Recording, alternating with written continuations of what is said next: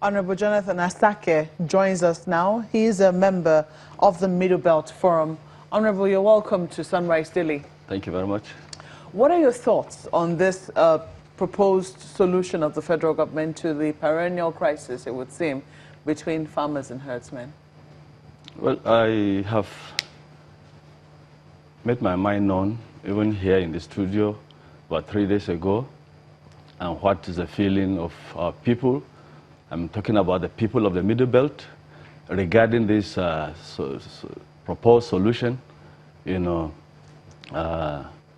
the crisis, so-called, between farmers and herdsmen. Truly, the Middle Belt rejects it in totality, and most of the communities within the Middle Belt region reject it in totality because we feel it is not really the solution to the crisis. First and foremost, I mean, we have been seeing clarifications because some people will say that, have they seen the entirety of the communication? The settlement which has been proposed by the federal government, we've been told, is voluntary, that states must apply for them to be able to participate in the program, it will seem. And from what we understand, 12 states have applied, and they say that that is enough to do the pilot program. Perhaps maybe when other states see it, if it's something that they are interested in, maybe they too can be a part of it. If states are the ones applying, what problems would the Middle Belt Forum have with that? Sometimes, when falsehood is wrapped with a garment of truth, with time it shows. Truth is that, this program, remember, was announced for the first time, and it was widely reported when the Permanent Secretary, Federal Ministry of Agriculture and Rural Development, made an announcement to the effect that the federal government was proposing to establish RUGA settlements all over the country, but starting with 12 pilot states, the way he put it. And he went on to say that it is an initiative of the National Economic Council. And that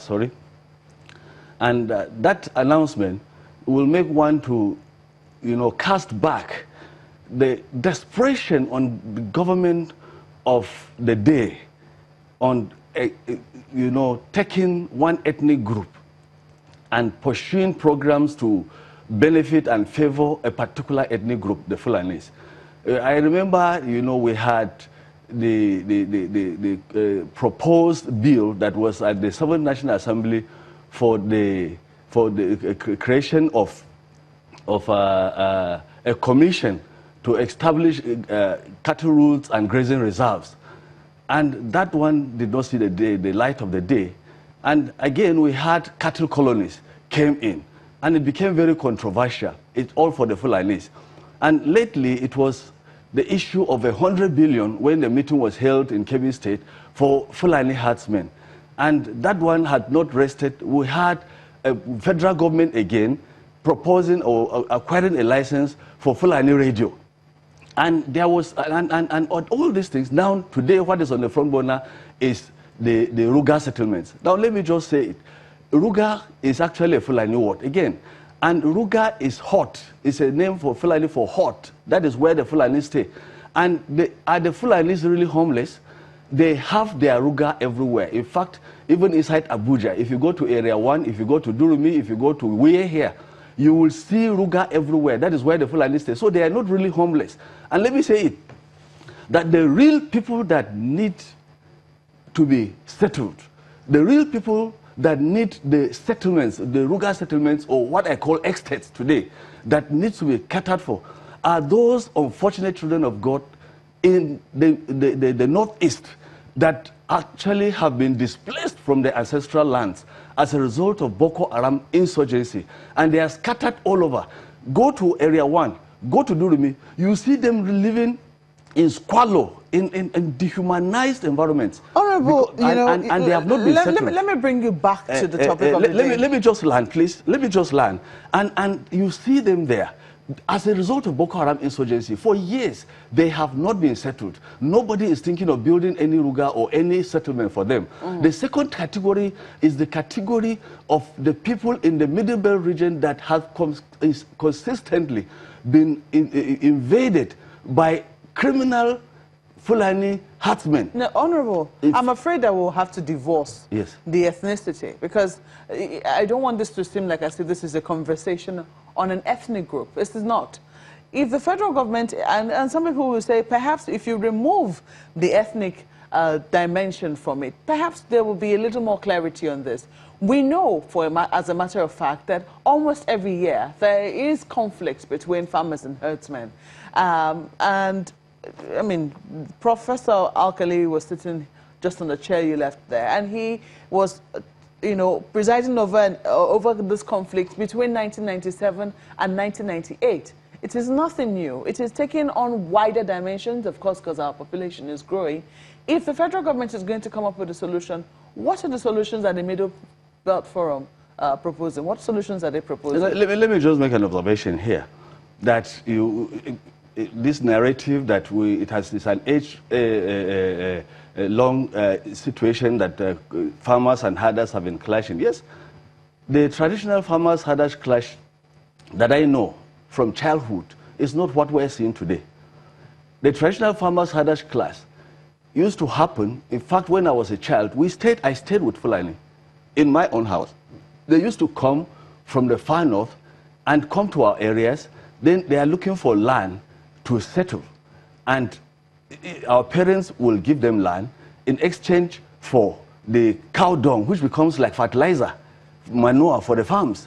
And oftentimes they will make their RUGA, that is their settlement, within the farm, and it is temporary. Sometimes they stay, and after a particular season they leave. And sometimes if they like the place, they even transform into becoming farmers themselves. And you find out that not only the Fulanese that rear cattle at that time, even the natives will also rear cattle. So it has been like that. But what we're seeing today is a strange thing, that we continue to use this false narrative of farmers herders clash. It is not. It is invasion of communities. And when we're running away from calling a thing by its name, that we're trying to profile a particular ethnic group, it is not true. Because we have an umbrella organization called Miyetti Allah, which is the Fulani organization that has been owning up to most of these invasions that have been taking place in communities across the Middle Belt and the South. In fact, oftentimes to genocidal proportions. How do you then differentiate?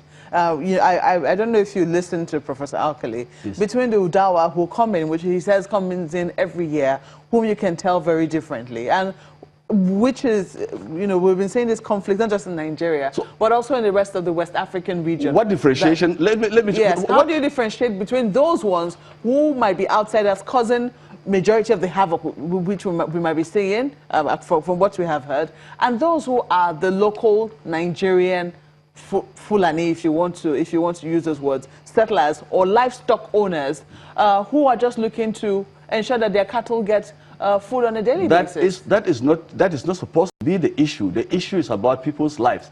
The issue is about survival. The issue is about a people that have been attacked. The president himself has said several times that the invaders, those that invade the communities, are criminal Fulanis from outside the country. He particularly mentioned Libya. And Miyetti Allah has corroborated that several times, that they are not the local Fulanis. And of course, the governor of Kaduna State... Do you believe that? Do you believe that? Now, I'm coming. The governor of Kaduna State has also corroborated that, and he even went ahead to say that he traced them and paid them.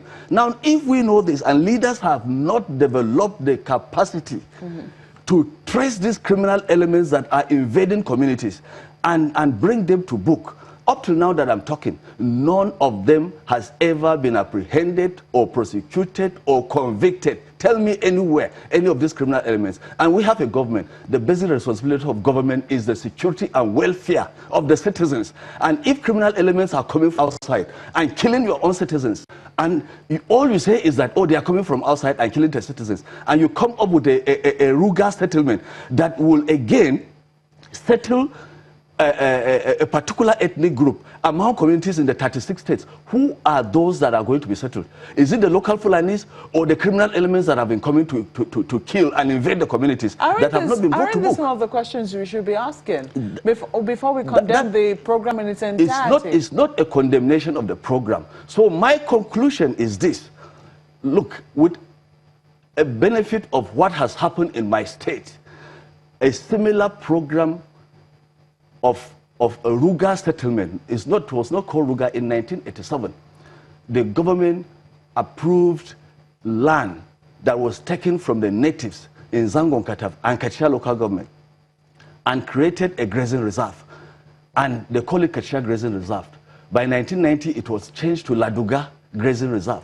And Ladoga is a Fulani ward. And today, as I'm talking, it was an initial landmass of 30 hectares of land that was taken from the natives, no compensation. And up to now, no single native that is there that can even go there. If you go, you cannot even enter that place as a native. And huge development is taking place. Big buildings, big hospitals. You don't even know what is going on there in Ladoga. And it has been surreptitiously increased in size to 70,000 hectares. And so if we have this Ladoga... 70,000 or 70? 70,000. 70,000 means hectares. It was 30,000 that was taken initially? From 30,000. From 30,000, it has been increased to 70,000. And it is still there. So there is the plan is to replicate this Ladoga model all over the nation, thereby changing democracy, the political democracy, the demography, the economic demography, the social demography, the cultural demography of a people all over the nation, and Fulanize every place in the nation. These are fears that you harbor. These are fears. These are not only fears. This is something that is happening to me. Yes. I'm giving testimony. Yes, this is something that you've seen This is something that we have seen happen in Kaduna State, in southern Kaduna. This is a and fear. the land of our people, we cannot get there. We cannot go to farm. We cannot, this is the land that was taken over from the people. It was not compensated for, and we cannot go there to farm. We have become second-class citizens in our own state, in our own country, and somebody is saying that it is fears, only fears. This is real. The fear is real, and the replication of this model all over the country, and the intent is real. Mm-hmm. Let us take a question from my colleague, Ayo.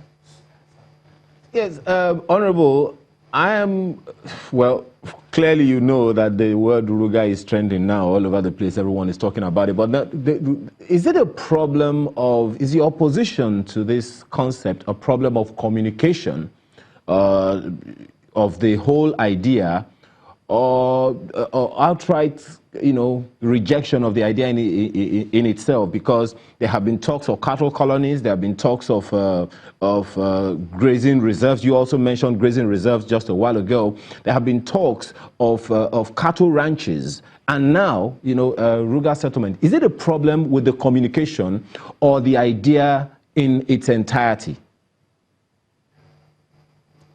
It's not a problem with the communication. Every intention has been properly communicated.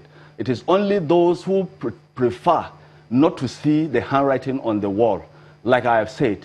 I started by saying, if government is responsive enough, government should look at the critical areas where there is a need for the establishment of estates that is start RUGA settlements.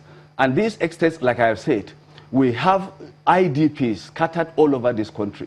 Now it is rainy season. Several hundreds communities are living in the rain. They have living in the scorching sunshine. They are now living in the rain. They cannot get back to their farm. They will be starving. They don't have medication. And nobody has talked of establishing exclusively, settlements for such category of citizens of the country. Only to talk about RUGA, that the RUGA settlements will bring about peace between herders and farmers. How will it bring about peace between herders and farmers? And we are saying, even in the northwest region, there is a category that has been displaced in Katsina and Zamfara and other states of the core north by this armed banditry. And they are all IDPs. Within the country, nobody has thought of creating any settlements for such category of people. And we are talking about RUGA. So this program from the onset has some ulterior motive. And I have said, Asake, one moment. Do you? So what is your own? What are you recommending as a solution to this issue? Because you know many people's lives have been lost. A lot of investment has also been lost as a result. So what is your own? If you do not agree that RUGA settlement or cattle ranching or whatever it is not the solution, what is your own solution? What's your recommendation? My recommendation is that, number one, the narrative that it is farmers-herders clash is a false narrative. It's misleading. It is invasion of communities across the country by criminal elements whom the authorities have preferred to say they are coming from outside. Now, if we have a government in place, if we have authorities, then we should first of all check our Nigerian borders. Where are these criminal elements coming from? What is the immigration organization? What is the immigration doing that criminal elements can come? Through which border do they come? That somebody is not brought to book. What is the police doing that when they come inside, that they are not apprehended and prosecuted? No one single person is being prosecuted, and yet invasions are still going on to genocidal proportions in this country. So the first thing is the duty of government is to ensure that there is security of lives and property for everybody in this country, I mean, for every citizen. Honorable, can you hear me? My apologies. I just want to get this question really quickly across to you. You seem to have a problem with the name, RUGA. Why? I don't have a problem with the name, RUGA. In whichever way, whichever bottle wine is packaged, if it is the same old wine, it will show. And so it is not the name RUGA, it is what has been happening. It is the antecedents of what we have experienced. It is not only me. Just go to Area 1 if you are in Abuja, and you see the IDPs in their camps, in their hundreds of thousands, and you talk to them, and you will hear what Nigerians, the dehumanizing conditions Nigerians are passing through, that foreign elements can come in and then they displace Nigerians, make them IDPs in their country. They are not feeding well, they are dying because of lack of medication, and yet nobody is thinking of that. Nobody has apprehended anybody, and then it's not about RUGA or it's not about the name. If the name comes in any form, we are looking at what is going on, not the name. So when government says that not all the states will have it, it's only states that apply will have it, does that change the narrative for you? Not all the states will have it. Let me tell you. Let me tell you from the reports and I have heard, and I've made phone calls to my friends in Benue State, for instance, and Taraba State. Even when the RUGA project started, construction started, in 3 local governments in Benue State, the youth protested. They have been protesting. I'm not the one saying it. You've been seeing it. They have been protesting that they don't want the RUGA. But the government is going ahead that it must establish these RUGA settlements in the states of Taraba and Benue State and other states. So it is not about, there are governors that have said they want the project, but there are governors equally that have said they don't want the project. Like in Benue State, there is a law, Benue and Taraba, there is an existing law there that was made by the House of Assembly, duly signed by the governor, and is in place, a law to prohibit open grazing and encourage ranching. But what happens to that law? That the federal government will just go and impose itself and start construction without consultation, and even when people are protesting, if that is going on, that this program is, if that is going on in those states, it is voluntary, that governors can sign in. No, shouldn't the state governors, if that is going on in those states you mentioned, shouldn't the state governors be speaking up about it?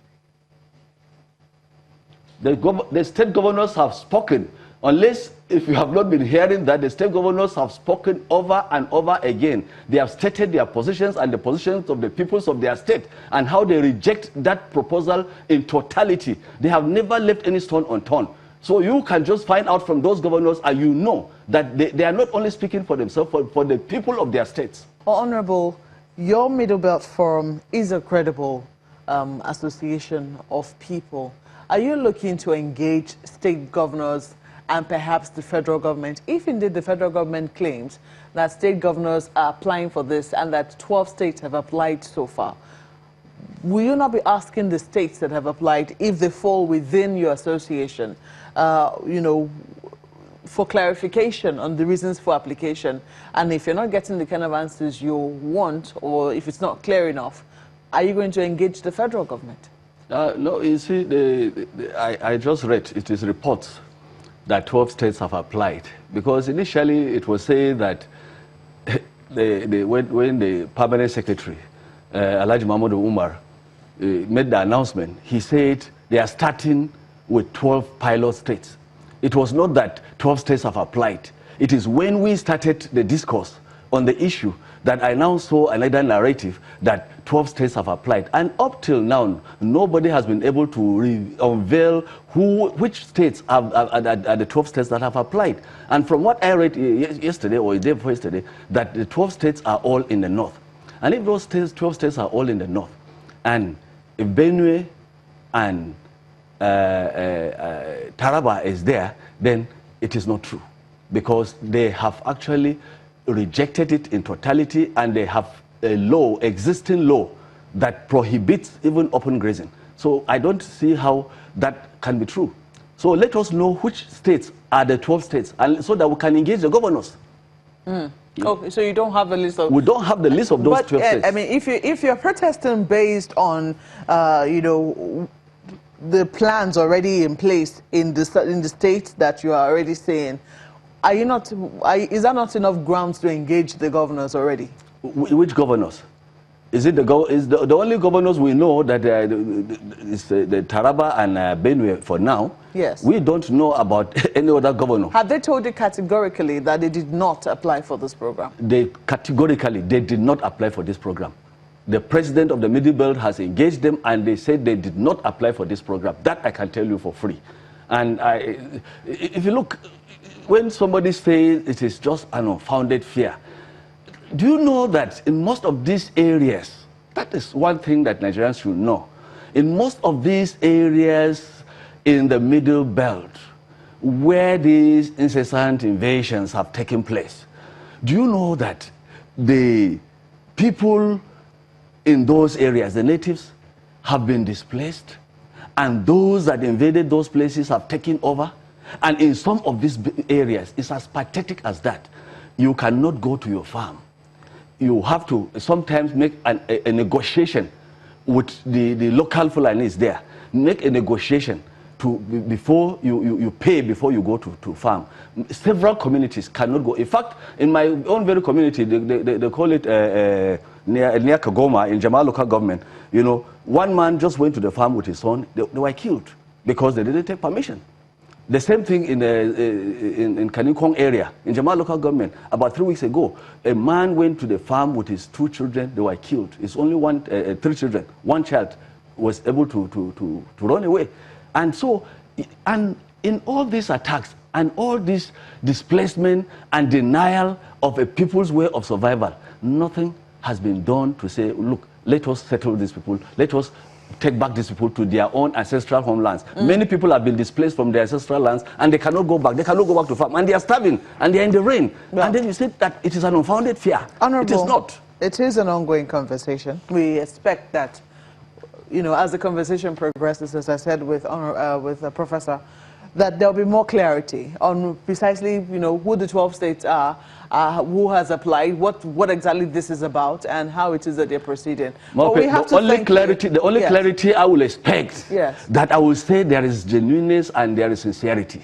The Igbos, for instance, they are spare part dealers. Let me hear a program that will settle the Igbos in all the 36 states to create spare part settlements for them. We have to then go. We will know that there is sincerity. We have to go. Thank you so much for coming on Sunrise Thank you very this much. morning. Thank you. Honorable Jonathan Asake is a member of the Middle Belt Forum.